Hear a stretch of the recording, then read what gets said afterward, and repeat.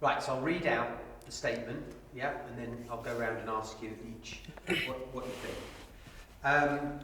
Okay, video games are having a negative effect upon the younger generation in today's society. Explicit sexual and violent content, bad language, and the objectification of women and men is leading to worrying trends in behaviour, addiction, isolation and aggression. More regulation is required urgently to clamp down on this problem. Ross, what are your thoughts on that? I feel if any of the following statements are true, they're responsible for their own actions, and if they feel it's leading to that, they should stop playing the game. Or if they've seen anything on TV, they should understand that it's just a game or a TV show and it's nothing more than that. But if they can't control themselves, then they shouldn't play.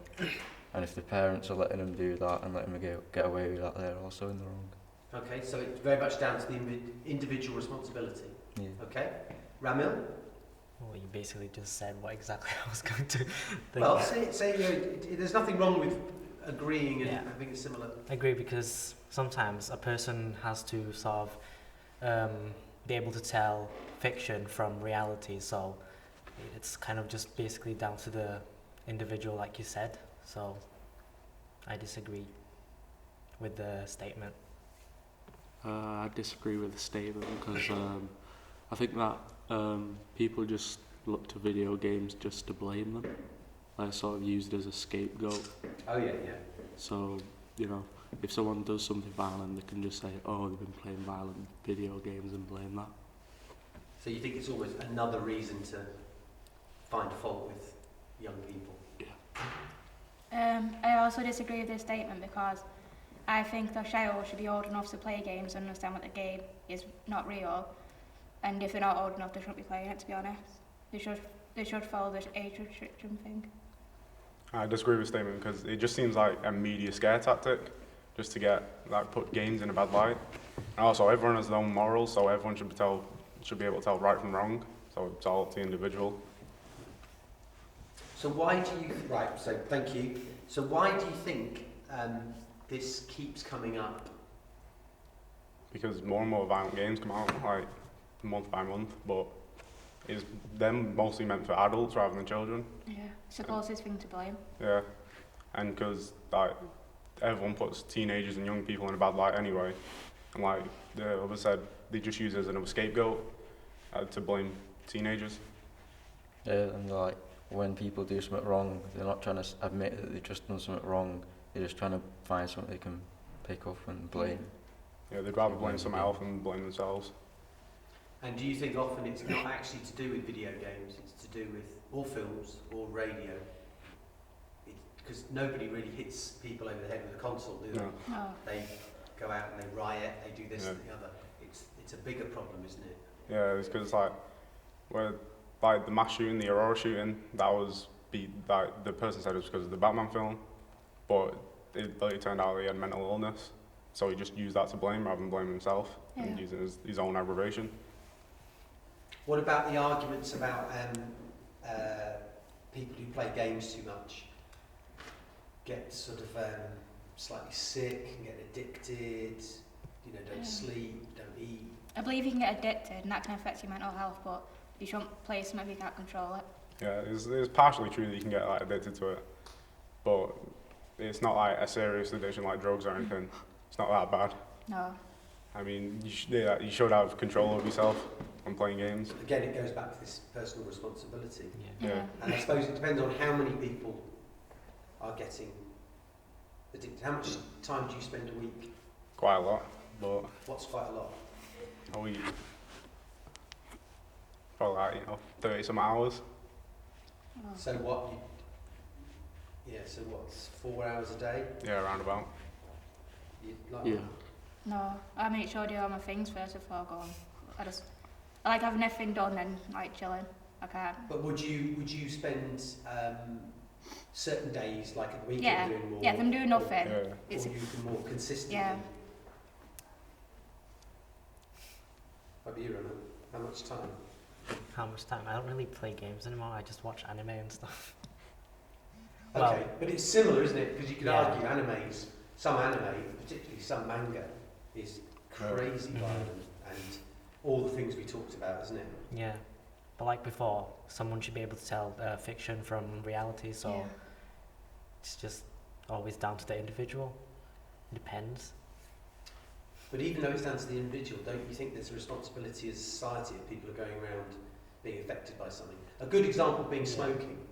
You know, it's freedom in it. Why can't you smoke? It's up to you. And that's why they put the age restrictions on the games. It's to try and Yeah. deter younger children away from playing them because they know they shouldn't. But in some cases, that might be the opposite effect. Because What positives do you think there are to games? it's fun. You know, it's Yeah. Education. They're not going out and getting in trouble in real life. Yeah. yeah. It's better than drugs. Yeah. What, right, you say education, you say fun. What other positives are there? I mean, what could you be getting skills-wise, shall we say? Teaches coordination. Yeah. It's like there was a story about heart surgeons like teaching like their students to play games because they're more coordinated with the fingers then. And reaction times, I suppose. Yeah. But it gives you a bit more creativity as well, and Yeah. Yeah. it's a bit more enjoyment. Mhm. So I didn't ask you how much time you spend in a week. Just a few hours a day, but if I'm not enjoying the game, then I won't play it. I'll just give it a break for a bit. Do you have a certain time in the day that you'd come in and log in? Pretty much as soon as I get home. More than anything.